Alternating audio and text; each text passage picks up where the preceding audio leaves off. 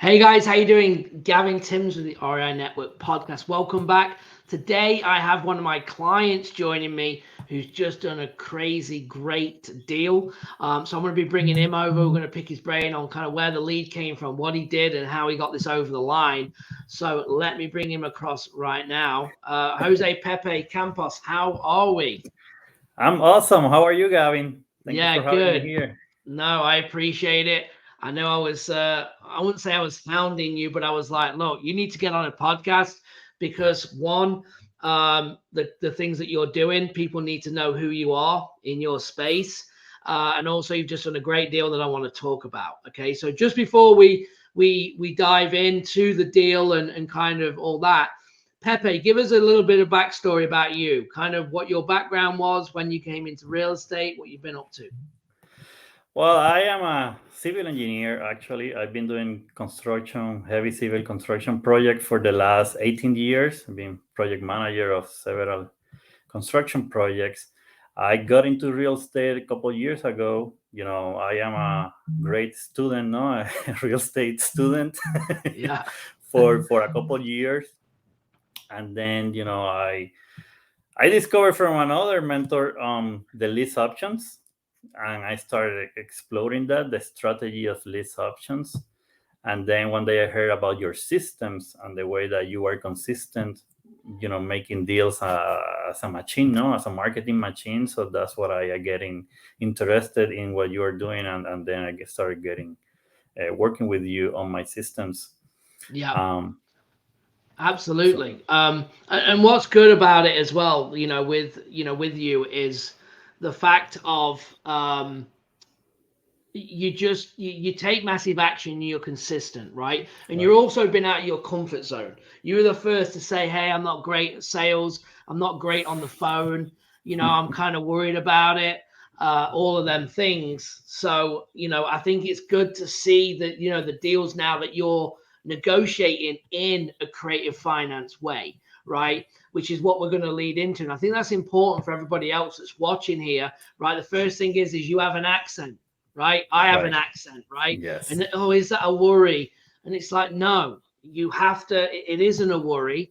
It's about sticking to the job at hand, being confident in the sales cycle, talking to people. If you make it a worry and a big deal, it's going to become a big deal, right? And I've done live calls, Pepe. I'm from England, as you know. I will call people in Kentucky, in Alabama, and just not make a big deal about it.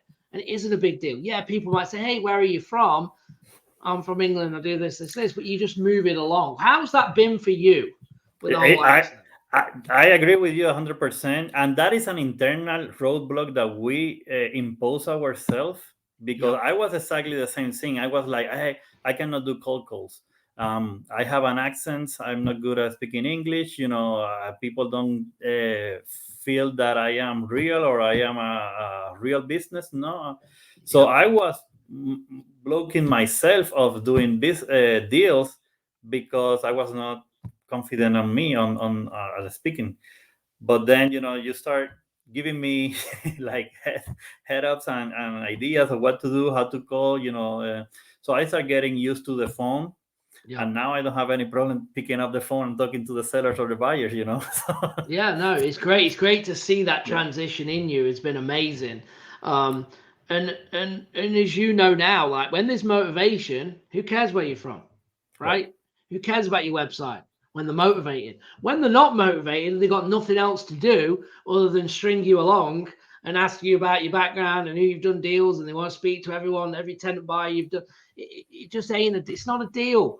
If you just think of everyone listening and listening to us right now, think of a place in your life or a situation when you haven't got time to do background checks, right? Again, if you've done flips like me, right, or you've been in construction, or you could do this, you could use multiple stories for this.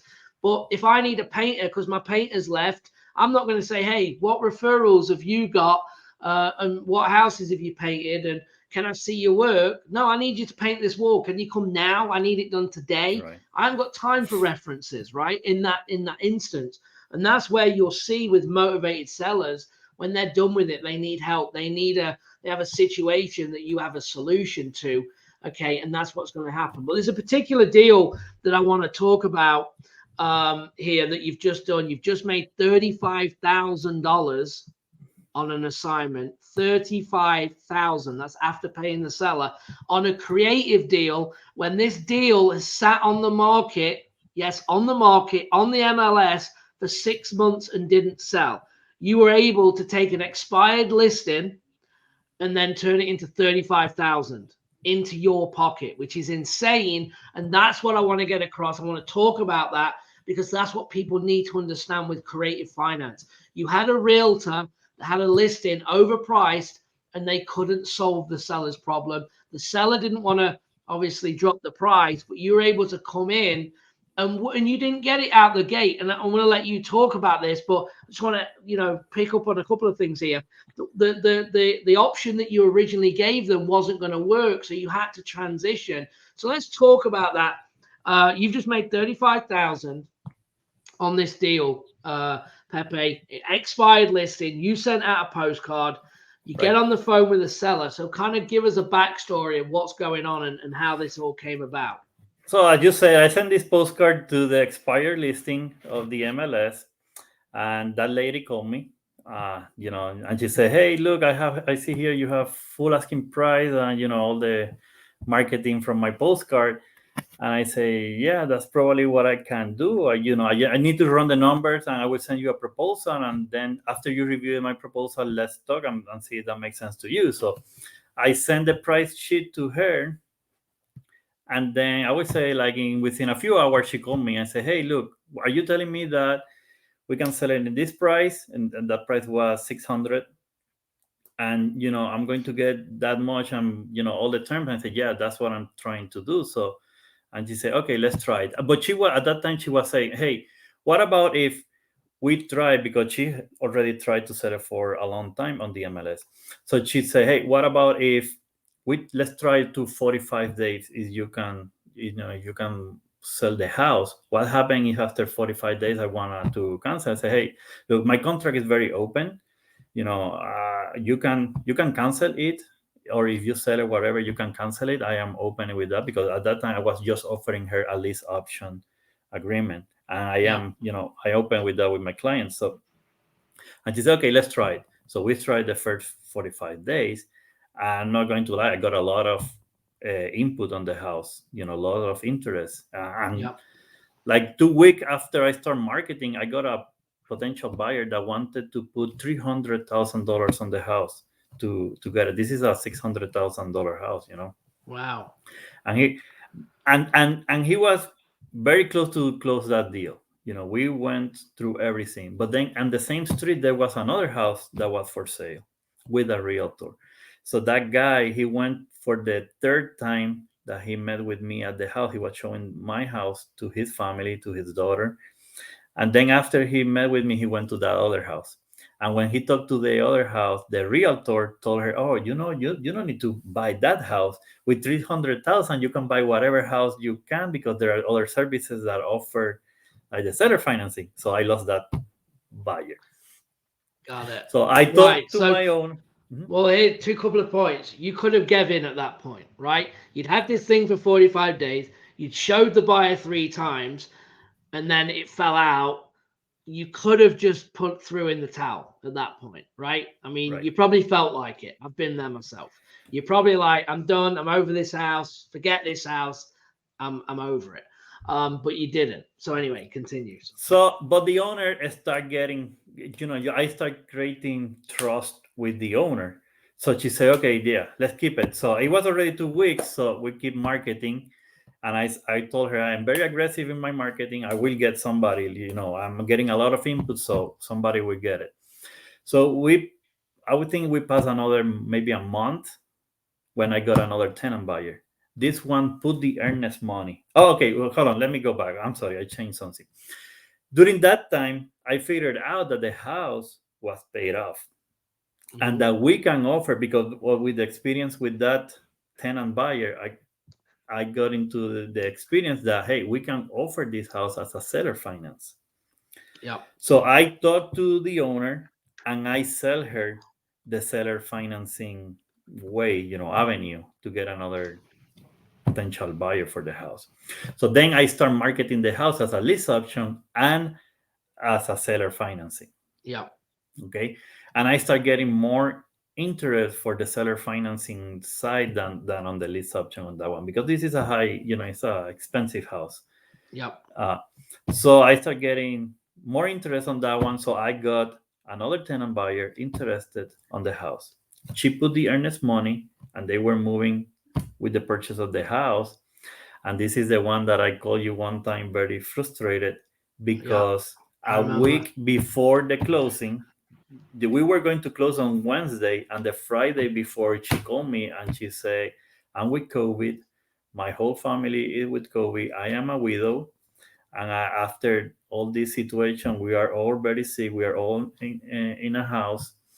I'm changing my mind because I need to make sure that if something happened to me, my kids are secure, so I need to save the money. I don't know what she wanted to do with her Yeah. money, Yeah. but she changed her mind. So she canceled the contract. And that was already, almost, because we stayed basically it's 30 days or 20 something days for her to close. And it was when I told you, hey, I don't know what I'm going to do. So this is Yeah. really frustrating. So I talked to the owner again. And at that point, she was really motivated. She need to sell. It was being already too long for the house. She was doing whatever she can to sell the house.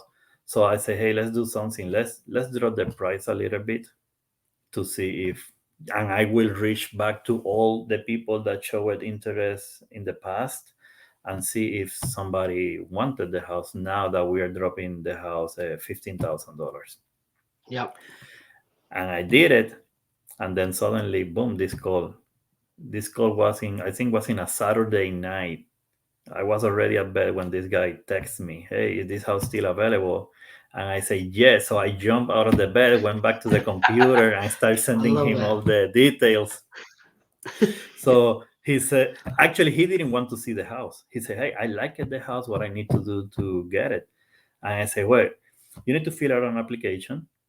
And also you need to go and see it, the house, to make sure that you like it, right? Because I was concerned that after he Yeah. see it, yeah, he walk away. So he said, no, I want it. I say, okay, that's fine. Let's go and meet when you can see the house. He said, well, Monday afternoon I can be there. I said, great, let's meet Monday afternoon. We went there that same day. He put the earnest money. He signed the contract that night, and then we were moving all the process. And yesterday, finally, they signed the papers, and now they are at the house. Fantastic. I love that. And there's so many things I've got to point out here, right? Number one, the seller had the price listed for what they thought it was worth, right, with the realtor. And here's where it broke down why it didn't sell, is because they were looking at active listings and active solds that were in it, that were selling in that area, but not hers wasn't in the same condition. So she's looking Right. at full remodeled houses, saying, "Oh, I can sell because that one did," but one had been completely fixed up and hers hadn't, and she obviously couldn't get over this. That's why it didn't sell it in the first place. The other thing I need to identify for everybody is your communication with the seller, Yeah, right? You were totally. communicating every day, constantly Yes. giving her updates.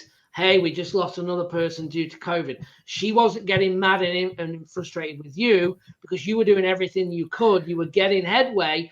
But Pepe, everyone doesn't do this.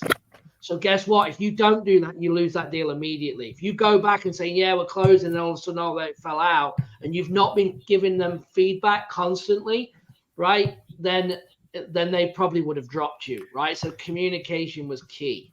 Yeah, we reviewed the contract 3 times because the first contract was a lease option contract. Yeah. When I talked to her, as I just say, we have a constant communication. At least we talk every time I have a showing or something. I talk to her and show, give her the feedback. But also, we had the 3 contracts. The first one was a lease option. The second one was a seller finance. When that second one fell through, we renegotiated the contract. So she signed another contract with me with a different price. And as you said, the communication was all the time super plus. And that you said is key. That also happened with my prior clients. exactly the same way. We have a really good communication, and that's why after the deal is closed, we still have very good communication with or relationship with the prior client. Actually, one of my prior clients is looking for me now to do other deals. He wants to do real estate, Yeah, and he already told me, hey, I have a credit line of $500,000. Let's do that's deals with great. this amount. And that's good. From doing a great job, that's how it, can Yeah. spiral. But the other thing is as well, um, getting out of bed, right? And what time was that? 10:30, did you say? When Yes, the yes. seller came in. Yep, yep, So yes. 10:30, this is the difference, right? Answering your phone, doing that extra step that people aren't willing to do. That phone call made you 35,000. Yes, and he told me that. The tenant buyer, he told me that. When the first time that when we were talking, I jumped out of the bed and I told him, "Hey, can I call you?" And he said, "Yeah, go ahead." So we started talking about that time, and in that conversation, he told me, "Hey, I want the house. I trust you. I like the way that you talk. You have told me everything. You haven't made any lie to me." And he asked me something I can remember now, but I didn't know the answer, and I told him, "I don't know that answer now, but I can figure it out." And he told me, "Yeah, I trust you." He told me that in a different occasion. He told me, "I trust you since the very first time because you always told me the truth. And what you don't know, you don't try to act like you know Huge. everything." Absolutely. Because he told me, "If Huge. I catch you in the most little lie, that will be all. I'm not Job going to work. do anything with you." Yeah. He told me that yesterday when we were at the closing. Fantastic. And that's good, right? And that goes back to sales again. Be honest. Yes. Say, hey, I don't know. Let me find out. I'll get back to you on that answer. But let me Right. ask you a question, right? All of them things were because you're building that rapport. And as soon as that's been burnt and you've BS'd too much and then you've lost that trust, now you've got to work 3, 4 times, 5 times harder trying to get that back. And obviously taking that action at night are the things that get you the deal. And I again have done that. When I'm in England, I used to get up at 3 o'clock in the morning, doing calls when people are getting off work. When I was in Phoenix, it'd be 6 o'clock at night, 3 o'clock in the morning, whatever, in my time, 2 in the morning. You have to do what you got to do to Yes. make it work. If it means a deal and I want to make 10 grand, I'm getting up and doing the phone call, right? And that's what you're doing. And I wanted to, it was so easy just to give you saying, hey, take a picture of your check, Pepe, 35,000. But people need to understand what goes into these deals sometimes. And of course, not every deal's this hard and you have to work at it, but they need to understand, yeah, you work for that 35. And it feels better as well because you could have gave up. Most people would have gave up a week in, Yeah, you this know? one was stressful for me this year because I think was the slowest one that I have worked. It take a little because the prior Price. situation, we Yeah. were basically under contract for a month, and I was not offering the house to anybody else because I already was having a contract, and Mm-hmm. then it fall apart, and that really screwed me. Yeah. Absolutely. So I think there's so many learning points from this, that people are going to get, the desire to carry on, not to give up when things keep going consistently wrong, when you don't even really have a deal yet until it's done, but also that creative side, taking something that everyone's overlooked, everybody for 6 months, for 8 months, whatever this deal from when they first decide to sell. How many people have looked at it? How many showings have they had where they've Right. literally overlooked $35,000, and that's 35,000 in your pocket. You already gave 10 down to the seller to make this work and put this deal down. Which is absolutely Well, she fantastic. she actually got more. She got 23,000 in their pockets, but she need to pay the taxes for the house, so that was deducted from her the Got it. portion. No, so she at the end she walked around with 11 something thousand in their pocket.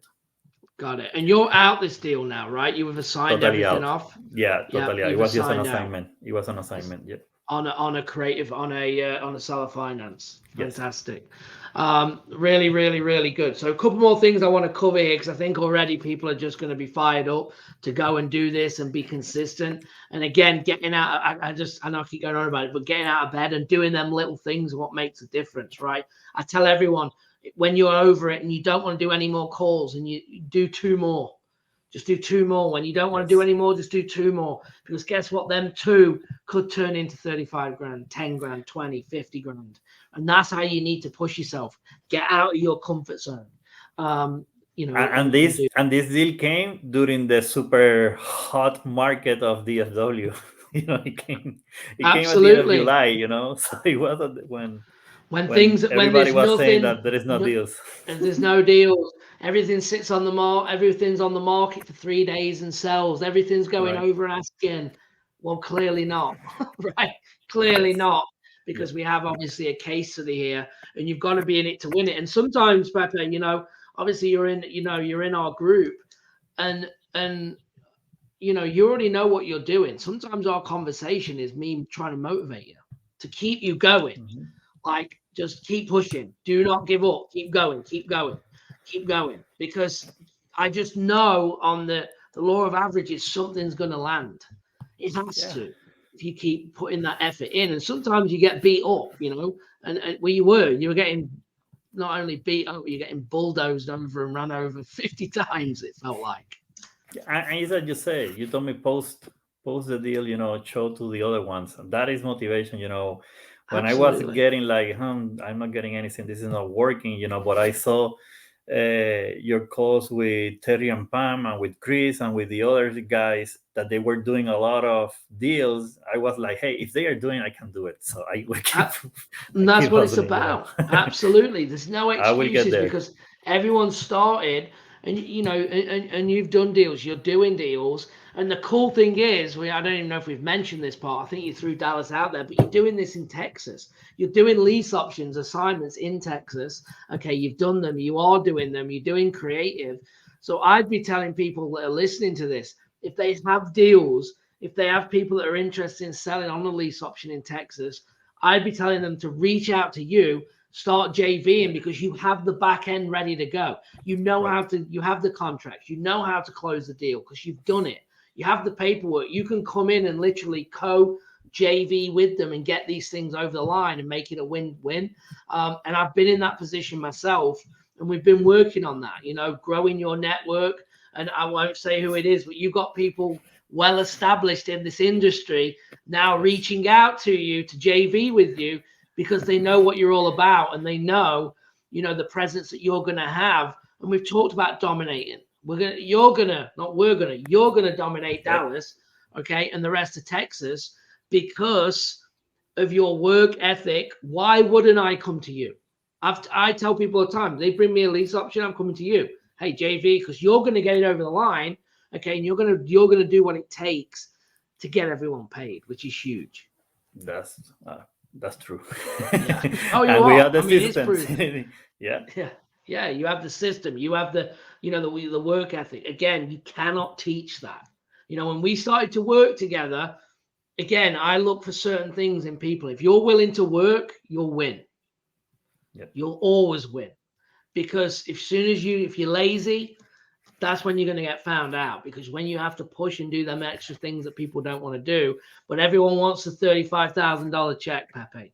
They all want that. They And all and, want that. and yesterday. Huh? And by yesterday, they want it immediately. Absolutely. Exactly. And that's why I wanted to do this because it was important, especially on this deal. I could have got you to post a check and 35, but people need to know what you went through because you deserve for people to know, right? Mhm. Because they need to say, well, I need to level up. And that's what, and every deal's not like this, right? We're not saying that everyone works like this. We've all had the home runs. We know you could have been the first seller in, done a lease option, made your money, and it all gone fine and smooth. But it's real estate. Things happen. We're dealing with people. We're dealing with situations, stressful situations. And what you did was you came in, looked at this situation. You came in with a solution. You solved the problem. the seller's raving about you, the buyer's raving about you, you got paid, everyone wins. Everyone Fantastic. win, everyone is happy. Seller is happy now. As she said, she's retiring, so now she have a constant income. Money in the mailbox that she don't need to do anything for it. She's getting almost $3,000 every month without Yeah, doing anything. she's the Uh, bank. the the buyer, or he's really happy because he said otherwise he owns companies and all that, but otherwise, if it is not by this way, he was not able to buy that property because he don't get loans due to he have a construction company and other businesses, so he's really compromised. But and then we provide the options so that we can do the Yeah. deal.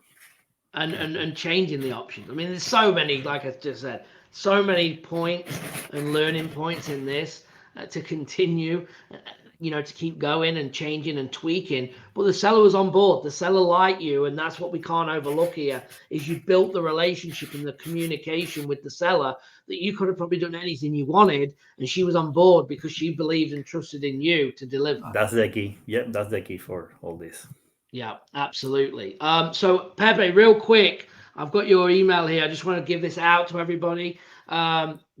This guy lease to buy at gmail.com. If you have a deal in the Texas area, especially a creative finance lease option deal, he is going to be your guy. I'm telling you right now, you heard it here first. He's going to dominate. I already know people. I've already said it in our industry that is well established. I'm not mentioning no names, reaching out, doing deals already with Pepe. So guys, make sure that you are leveling up, and you are networking. I called RI Yeah, Network send for a deals there. reason. Let's do business together. Absolutely. Let's do it. And just before we go, Pepe, real quick, I wanted to ask you, we've changed our format over the last few months, obviously in the coaching program. Yes. I know you were only in before we changed it a little bit, but we're going live every day, and we get into some interesting debates and conversations on our calls and really push people to take action. Just real quick, just 30 seconds. What do you think about that new format that we're in? I love your new format, Gavin, because you have a daily call. So basically we can reach to you in a daily basis. Yeah, Also, you have all the other students that they are presenting their problems on their whatever situation is on their business, and that might be, maybe it's not your problem right now, but it probably will be at a later time. So you know how to handle that from now.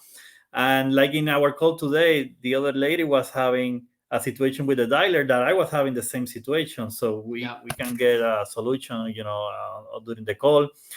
And you are open to a lot more. You're exposed to other things like the creative financing with Justin. That idea of yeah, the seller financing came from that. From one yeah. of those Huge. conversations. Yep. So Dustin's, again, who I do deals with, he's now coaching in our program as well. Great guy, just does deals, and that was for me. I don't lie either, right? You came to me, and I'm like, look, I think this is what we need to do, but let me go and ask someone Right. that's done more of it. I'm not going to go and BS you, right? I could have just give it the Hmm. big one and say, oh yeah, do this, but I was like, this is what I think we need to do. Let me check, and he's like, no, yeah, go and do it. And obviously, again, it's just all coming together to get these deals over the line. But you were the driver. I mean, you made it happen. So fantastic. Appreciate you. And guys, if you're interested in getting in our group, it's an application. Okay, you can't just come in. You want to go to rinetwork.com/join, rinetwork.com/join. We're looking for the right attitude, the right people. We are on Zoom like this. This is not a webinar. We're on Right. we're on It's video. live. It's live. People can interrupt and ask and not argue, but hey, there's no hiding, right? And that's good because that's what people need, and they see the rawness of it, of what people are doing in the wins and what they needed to change, and learning more about, I dig like, hey, you did a deal, 20 grand. Awesome. What did you do? How did you do it? Because that's what people are going to learn from, is knowing, wow, I'm just making one phone call and not making an offer, and I'm trying to make 35 grand. And it's like, no, that's not how this is. You know, you have to be consistent, persistent, you know, disciplined to doing your day-to-day things to get the outcome. So really, really good. Right. Awesome. Anything else, Pepe, before we're done? No, thank you so much. Thank you for your help. You know, you enlightened me to do all this and much more. You know. No, absolutely. I'm going to be bringing more of the clients on, and some of you guys are like, oh, what you want me, little old me on a podcast? I'm like, yeah, because this is how people learn. They don't want to listen to someone doing 50 deals a month, 10 deals, 100 grand. What does that look? Everyone thinks then that the mindset between where they are and where this person is speaking. Yes, it's impressive, but we need the people that are on the firing line, that are in doing it, changing their life to get to level up to the top, right? And that's what I'm trying to get across in these episodes. And if you change, if you change one person, right, that gets out of bed and answers that phone or does that one step and doesn't give up, we only need to do it once, and it's been worth it. Yep, 100%. So awesome, Pepe, you're the man. Again, guys, if you have any deals, you want to collaborate, especially in the Texas market, apparently where no one does lease options. Well, here he is, this guy here, Pepe. Make sure this guy, lease2buy@gmail.com. Go and send him an email. All right. And you don't want to, here's the thing. We all have education. We've all paid for education. Bring your deals, right? Bring your contracts and collaborate. Or, hey, I got this seller that I think's on the line. You know, maybe Pepe will come on and help negotiate. They're conversations that you guys need to be collaborating on. And give me your dead leads. Your dead leads. We may convert them, you know. Absolutely. Dead leads. If you're a wholesaler listening in Texas, San Antonio, Austin, doesn't matter where you're at, bring him your dead leads. He'll work them all day. Because what was that? If an expired listing on the MLS was a dead lead. It was a dead end that turned into 35. So if you're not doing it, there's obviously an option to get paid on. So appreciate you, Pepe. Have a good day, a great weekend, and I will see you on the next call, bud. Appreciate it. All right. Thank you, Gavin. Thank you. Take care. Bye-bye. Bye-bye. Bye.